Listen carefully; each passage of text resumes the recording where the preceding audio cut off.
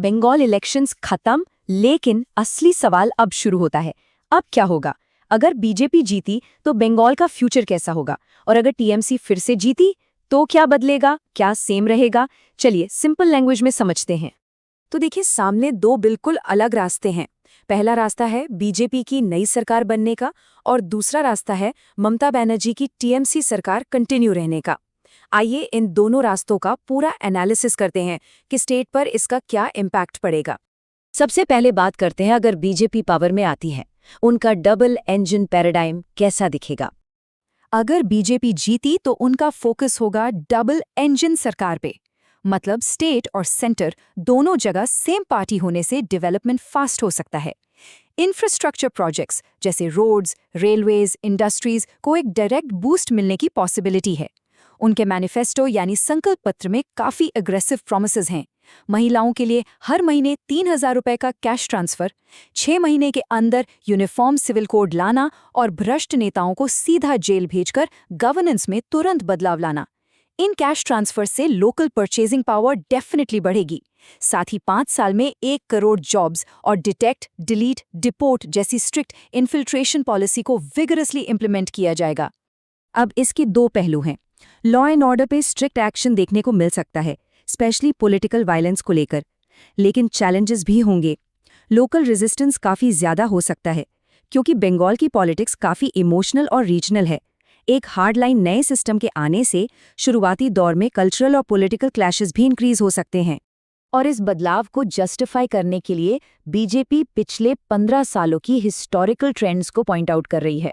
वो सीधे तौर पर उन अधूरे वादों की बात करते हैं, जैसे फेल हुआ घटाल मास्टर प्लान, हर डिस्ट्रिक्ट में मेगा फूड पार्क्स का ना होना या गंगा सागर के लिए एक ब्रिज की कमी। उनका प्रॉमिस है कि अब हर काम फास्ट पेस पर और स्ट्रिक्ट डेडलाइंस के साथ होगा। अब आते हैं पार्ट 2 पर, द कंटिन्यूटी मॉडल, यानी क्या होगा अगर टीएमसी पावर रिटेन करती है। अब बात करते हैं, अगर टीएमसी मतलब ममता बनर्जी की पार्टी फिर से जीत जाती है, सबसे बड़ा फायदा जो मिलेगा वो है कंटिन्यूटी। मतलब जो पॉलिसीज और स्कीम्स चल रही हैं वो कंटिन्यू रहेंगी। वेलफेयर स्कीम्स जैसे वुमेन सपोर्ट, स्टूडेंट्स के लिए स्कीम्स और रूरल बेनिफिट्स पे पूरा फोकस बना रहेगा। रीजनल आइडेंटिटी और बंगाल कल्चर को और स्ट्रॉन्ग पुश दिया जाएगा। लेकिन यहाँ भी कुछ चैलेंजेस हैं। ऑपोजिशन के साथ पॉलिटिकल क्लैशेस कंटिन्यू हो सकते हैं और करप्शन या गवर्नेंस इश्यूज पे सरकार पर लगातार प्रेशर बना रहेगा। चलिए अब एक कड़वी सच्चाई की बात करते हैं। The bitter truth, a history of structural violence. देखिए, दोनों ही सिनारियोज में एक डार्क रियलिटी छुपी है जो कि एकेडमिक्स साफ तौर पर हाईलाइट करते हैं। बंगाल को एक पार्टी सोसाइटी कहा जाता है। ये ऐसी हेविली पॉलिटिसाइज्ड सोसाइटी होती है जहां पॉलिटिकल वायलेंस कोई छोटी मोटी अनोखी घटना नहीं है, बल्कि ये रूलिंग पार्टी द्वारा एब्सोल्यूट पावर बनाए रखने और ऑपोजिशन को दबाने का एक पूरा डीपली इनग्रेन्ड स्ट्रक्चरल टूल बन चुका है।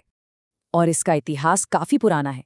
1970 के दशक में कांग्रेस के दौर के साइनबरी मर्डर्स ले लीजिए, या लेफ्ट फ्रंट के दौर की 1993 की पुलिस फायरिंग और सिंगूर नंदीग्राम का ब्लड शॉट, और फिर हाल ही में टीएमसी के दौर में 2018 और 21 का मैसिव इलेक्शन वायलेंस।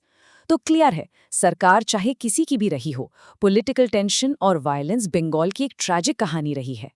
इस डर का स्केल कितना बड़ा है, बस इस नंबर पर गौर कीजिए। 34%।